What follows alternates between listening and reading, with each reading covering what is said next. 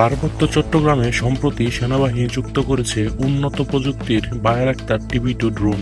এই উন্নত নজরদারি ড্রোন মোতায়েনের পেছনে রয়েছে একাধিক কৌশলগত কারণ।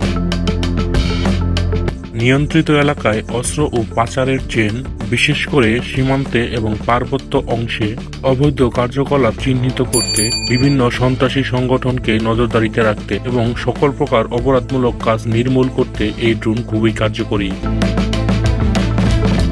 পাহাড়ি এবং দুর্গম এলাকায় গ্রাউন্ড টহল খুবই কঠিন এবং কষ্টসাধ্য।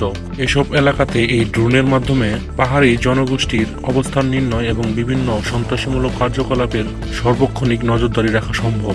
দুশ্চিন্তা রয়েছে, পাহাড়ে বিভিন্ন সন্ত্রাসী সংগঠন আধুনিক অস্ত্র এবং ড্রোনের মাধ্যমে আক্রমণ চালাতে পারে, তাই আগে থেকে প্রস্তুতি নেওয়া প্রয়োজন।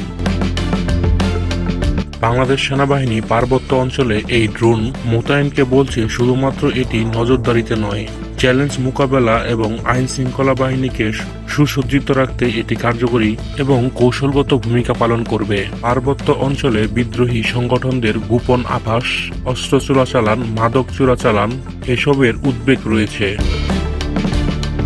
পার্বত্য অঞ্চলের গহীনে সন্ত্রাসী সংগঠনদের ভারতীয় অস্ত্র চোরাচালানের উদ্বেগ রয়েছে।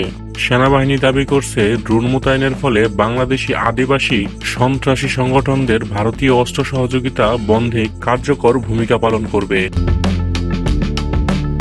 এছাড়াও গোয়েন্দা তথ্য সংগ্রহের ক্ষেত্রে নজরদারি আরও উন্নত হয়েছে। এছাড়াও স্থানীয় শান্তি বজায় রাখতে সহায়ক হয়েছে। কিন্তু স্থানীয় জনগণের একাংশ বলছে, নিরাপত্তার নামে অতিরিক্ত সেনা নজরদারি, মনিটরিং এবং সেনা নিয়ন্ত্রণ তাদের দৈনন্দিন জীবন এবং স্বাধীনতায় প্রভাব ফেলছে। এমন প্রেক্ষাপটে পার্বত্য চট্টগ্রামে শান্তি এবং নিরাপত্তা রক্ষার্থে ড্রোনের ব্যবহার কি আজও সহায়ক হবে, নাকি এটি নতুন বিতর্কের জন্ম দেবে? দর্শক, অবশ্যই একটি কমেন্ট করে জানিয়ে দিবেন, এই উন্নত প্রযুক্তির ড্রোন ব্যবহারে পার্বত্য অঞ্চলে শান্তি ফিরে আসবে নাকি নতুন বিতর্কের সৃষ্টি করবে। দেশি টিভি নিউজ, মাকসুদুল হাসান।